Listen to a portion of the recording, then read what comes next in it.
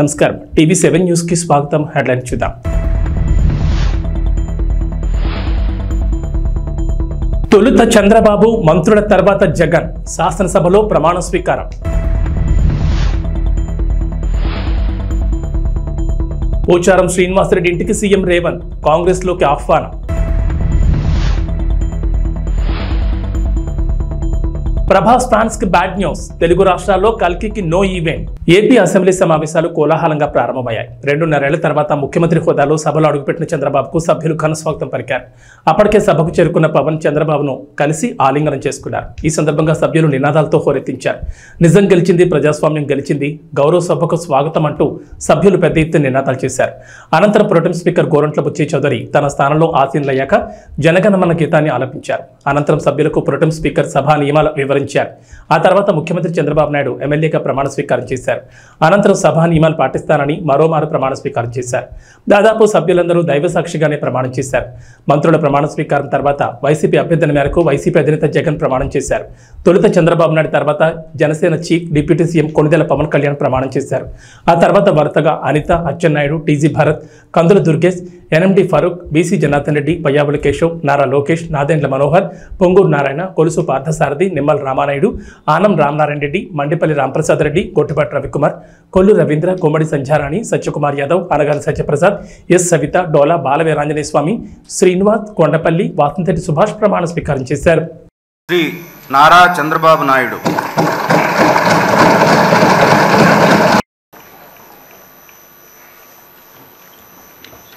కొణిదెల పవన్ కళ్యాణ్ అనే నేను శాసనసభ సభ్యుడిగా ఎన్నికైనందున శాసనం ద్వారా నిర్మితమైన భారత రాజ్యాంగం పట్ల నిజమైన విశ్వాసం, విధేయత చూపుతానని, భారతదేశ సార్వభౌమాధికారాన్ని, సమగ్రతను కాపాడుతానని, నేను స్వీకరించబోయే కర్తవ్యాన్ని శ్రద్ధాశక్తులతో నిర్వహిస్తానని దైవ సాక్షిగా ప్రమాణం చేస్తాను.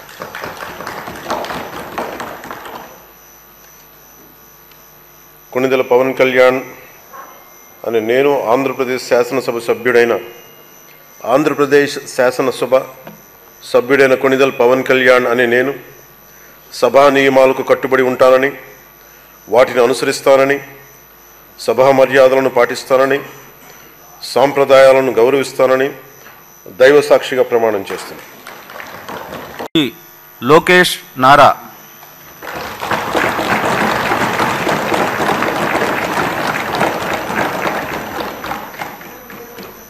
నారా లోకేష్ అనే నేను శాసనసభ సభ్యుడినైన ఎన్నిక అయినందుకు శాసనం ద్వారా నిర్మితమైన భారత రాజ్యాంగం పట్ల నిజమైన విశ్వాసం, విధేయత చూపుతానని, భారతదేశ సార్వభౌమ అధికారాన్ని, సమగ్రతను కాపాడుతానని, నేను స్వీకరించబోయే కర్తవ్యాలను శ్రద్ధాశక్తులతో నిర్వహిస్తానని దైవ సాక్షిగా ప్రమాణం చేస్తున్నాను.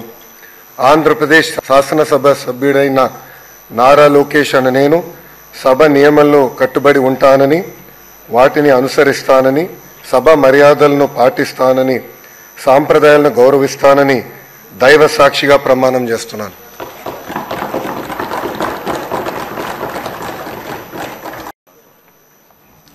కోనేటి ఆదిమూలనే నేను శాసనసభ సభ్యుడిగా ఎన్నికైనందున శాసనం ద్వారా నిర్మాణమైన భారత రాజ్యాంగం పట్ల నిజమైన విశ్వాసం, విధేయత చూపుతానని, భారతదేశ సార్వభౌమాధికారాన్ని, సమగ్రతను కాపాడుతానని, నేను స్వీకరించబోయే కర్తవ్యాన్ని శ్రద్ధ శక్తులతో నిర్వహిస్తానని దైవ సాక్షిగా ప్రమాణం చేస్తున్నాను. ఆంధ్రప్రదేశ్ శాసనసభ సభ్యుడైన కోనేటి ఆదిమూలనే నేను సభా నియమాలకు కట్టుబడి ఉంటానని, వాటిని అనుసరిస్తానని, సభా మర్యాదలను పాటిస్తానని, సాంప్రదాయాలను గౌరవిస్తానని దైవ సాక్షిగా ప్రమాణం చేస్తున్నాను.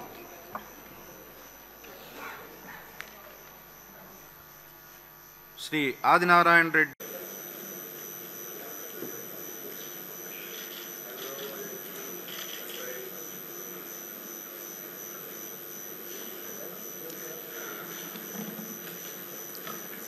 వైఎస్ జగన్మోహన్ అనే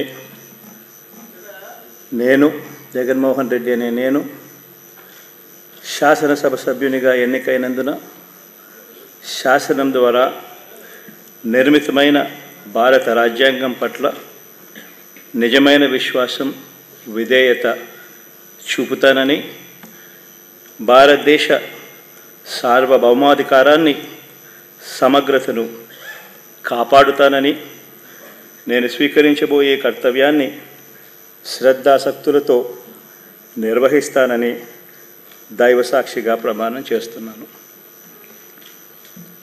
ఆంధ్రప్రదేశ్ శాసనసభ సభ్యుడైన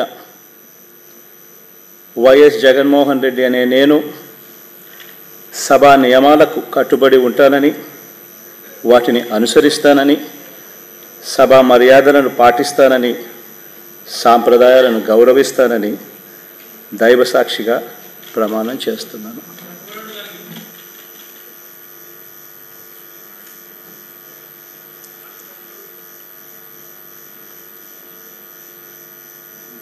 శ్రీమతి అదితి విజయలక్ష్మి గజపతిరాజు పూసపాటి.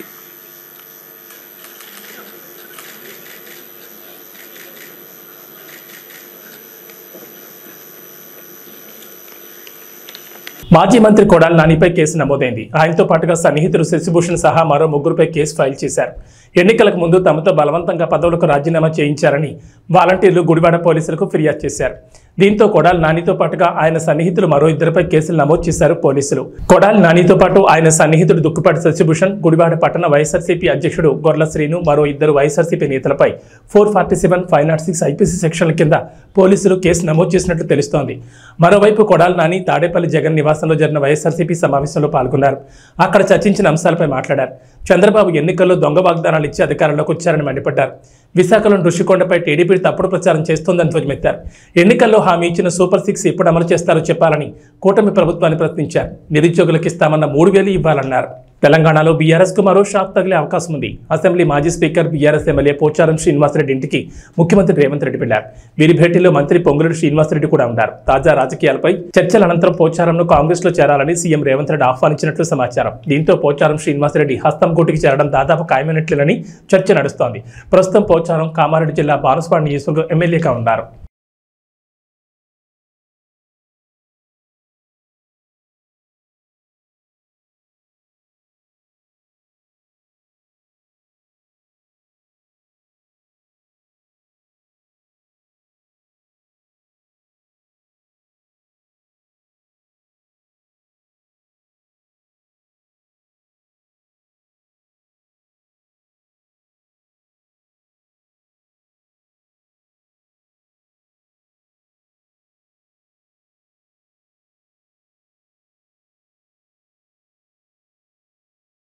హైదరాబాద్ కలెక్టరేట్లో ఆషాఢ మాసం బోనాల ఉత్సవాలపై తెలంగాణ రాష్ట్ర రవాణా బీసీ సంక్షేమ శాఖ మంత్రి పొన్నం ప్రభాకర్ జిల్లా స్థాయి అధికారులతో సమీక్ష నిర్వహించారు.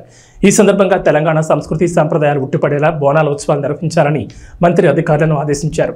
రాష్ట్రంలో కాంగ్రెస్ ప్రభుత్వం ఏర్పడిన తర్వాత మొదటిసారి జరుపుకుంటున్న బోనాల ఉత్సవాలను గతంలో కంటే ఘనంగా జరిగేలా చూడాలని అధికారులకు చెప్పారు.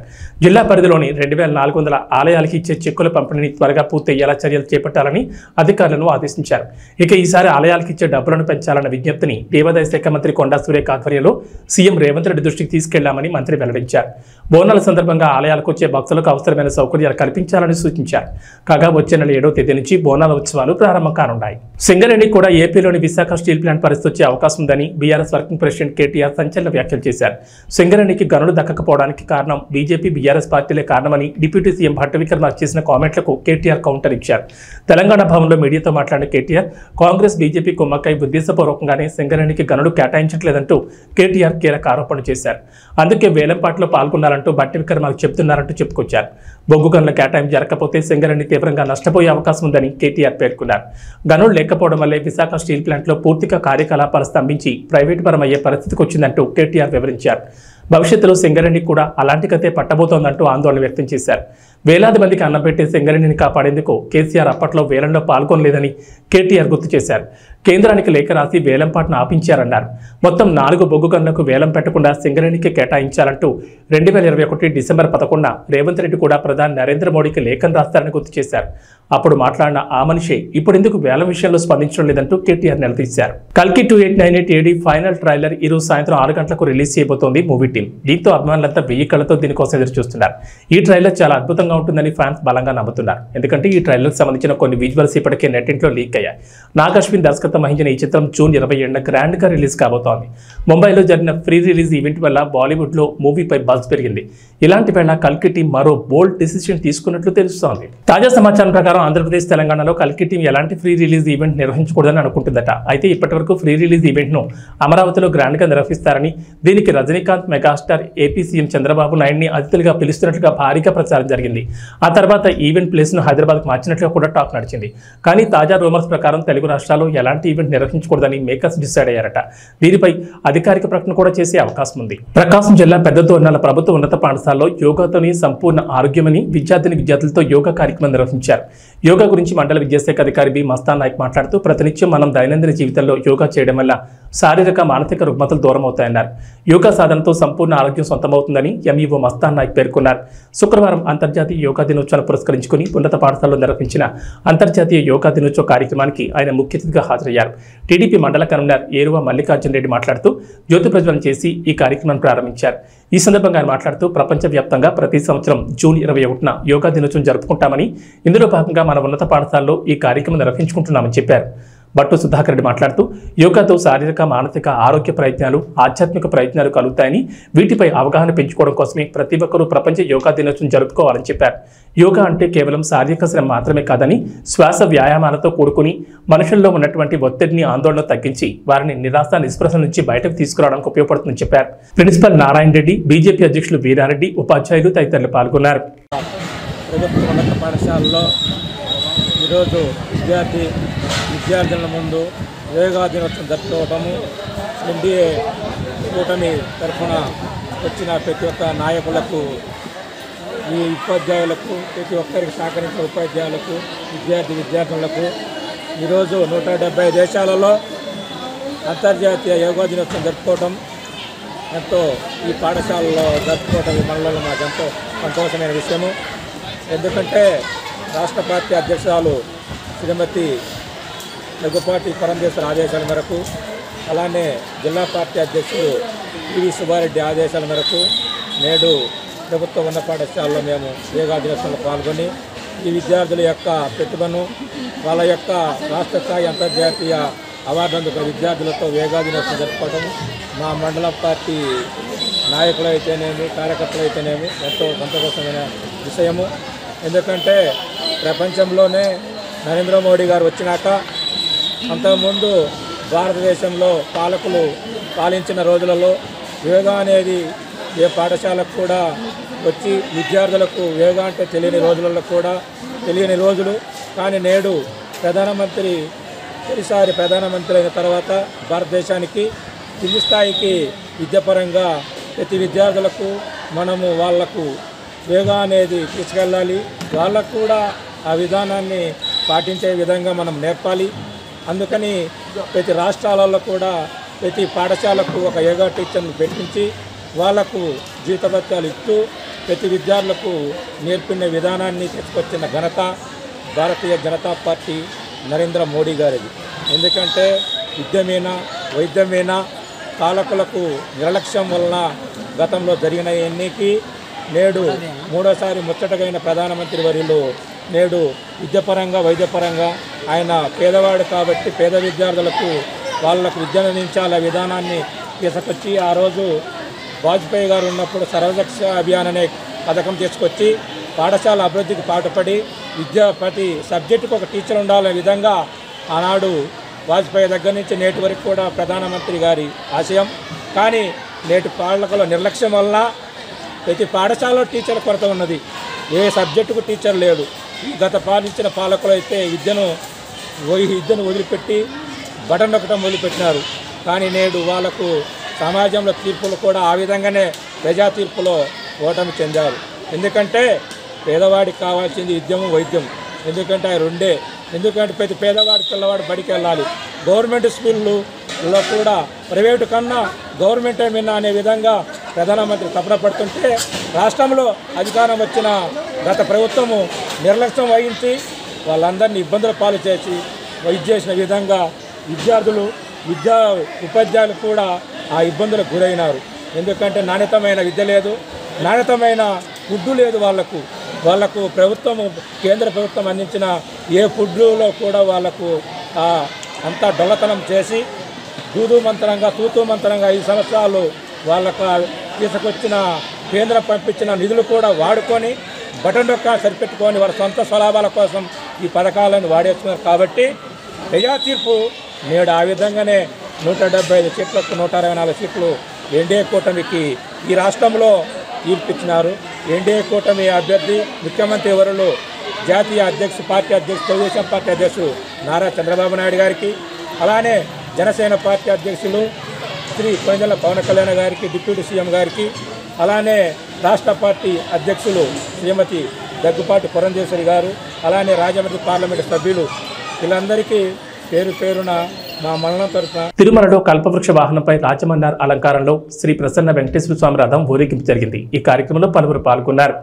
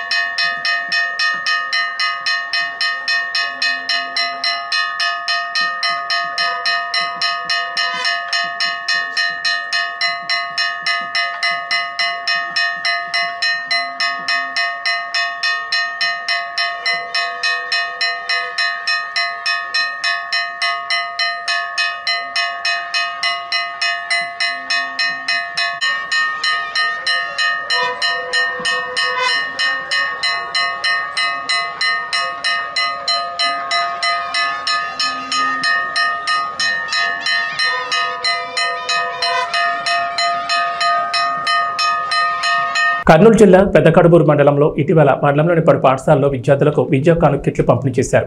ఈ పంపిణీ కార్యక్రమంలో ఏమాత్రం ప్రోటోకాల్ పాటించకుండా మండలంలోని స్థానిక ఎంపీపీని, జడ్పీటీసీని, ఎంపీటీసీలను కానీ సర్పంచులు కానీ కార్యక్రమానికి ఆహ్వానించకుండా మండల స్థాయి అధికారులు ప్రవర్తిస్తున్నారని, అలాగే కార్యక్రమంలో ఏమాత్రం ప్రోటోకాల్ లేని వ్యక్తులతో పంపిణీ చేస్తున్నారని పెద్దకడుబూరు మండల అధ్యక్షురాలు బాపురం శ్రీవిద్య మండిపడ్డారు. ప్రోటోకాల్ పాటించకుండా వ్యవహరించిన అధికారులపై తక్షణమే చర్యలు తీసుకోవాలని జిల్లా కలెక్టర్కు ఫిర్యాదు చేసినట్లు తెలిపారు. ఇకనైనా ప్రభుత్వ కార్యక్రమాల్లో మండల ప్రజాప్రతినిధులను ఆహ్వానించే విధంగా అధికారులకు ఆదేశాలు ఇవ్వాలని జిల్లా స్థాయి అధికారులను కోరుతున్నామన్నారు. ముఖ్యంగా వివిధ శాఖల అధికారులకు తెలియజేయగా ప్రజల చేత ప్రజాస్వామ్య పద్ధతిలో ఎన్నుకోబడిన ప్రజాప్రతినిధులకు ప్రోటోకాల్ పాటించాలనేది ప్రభుత్వ నిబంధన. ఆ నిబంధనను పాటించకుండా ప్రభుత్వం అమలు చేస్తున్నటువంటి కార్యక్రమాల్లో ఖచ్చితంగా స్థానిక సర్పంచులు కానీ, ఎంపీటీసీలు కానీ, మండల అధ్యక్షురాలను కానీ ప్రోటోకాల్ ప్రకారం ఖచ్చితంగా పిలవాలి. కానీ ఆ విధంగా కాకుండా ప్రోటోకాల్ లేనటువంటి వ్యక్తులు ఈరోజు స్కూళ్ళలో వెళ్ళి కిట్లు పంచుతూ ఉన్నారు.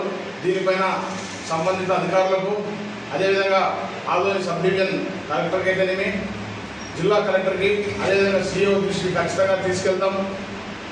స్థానిక ప్రజాప్రతినిధులను విస్మరిస్తే మాత్రం ఖచ్చితంగా అధికారుల మీద చర్యలు తీసుకునే విధంగా మేము పోరాడతామని చెప్పేసి ఈ సందర్భంగా మేము తెలియజేస్తా ఉన్నాం. అంతేకాకుండా గతంలో సర్పంచుల మీద తెలుగుదేశం పార్టీ ఎన్నో పోరాటాలు చేసింది. సర్పంచుల హక్కులను కాలరాస్తుందని చెప్పేసి అనేక సందర్భాల్లో వాళ్ళు చెప్పారు. అదేవిధంగా మండల సర్వసభ్య సమావేశాల్లో కూడా సర్పంచుల హక్కులను కాలరాస్తున్నారని చెప్పేసి వాళ్ళు ఎన్నోసార్లు క్వశ్చన్ చేయడం జరిగింది. మరి ఈరోజు మీరు చేస్తున్నది ఏమిటి?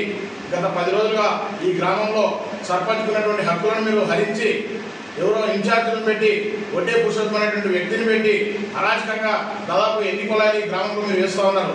ఎవరిని సంప్రదించి చేస్తున్నారు?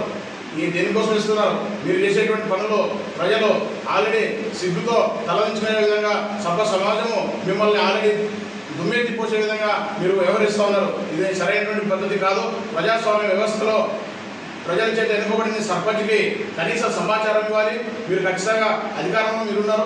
మీరు మాకు సహకారం అందిస్తే ఖచ్చితంగా ప్రభుత్వానికి మేము కూడా సహకారం అందిస్తాం. సర్పంచులు మాకు సహకారం అందించకుండా సర్పంచులను లెక్క చేయకున్నటువంటి విధంగా మీరు ముందుకెళ్తే ఖచ్చితంగా సర్పంచుల సంఘం తరఫున జిల్లా ఎత్తున పెద్ద ఎత్తున పోరాటాలు చేస్తాం, ధర్నాలు చేస్తాం, అవసరమైతే ఆందోళన చేస్తాం, ఆఫీసులు ముట్టడిస్తాం, అధికారులను నిలదీస్తామని చెప్పేసి ఈ సందర్భంగా హెచ్చరిస్తున్నాం.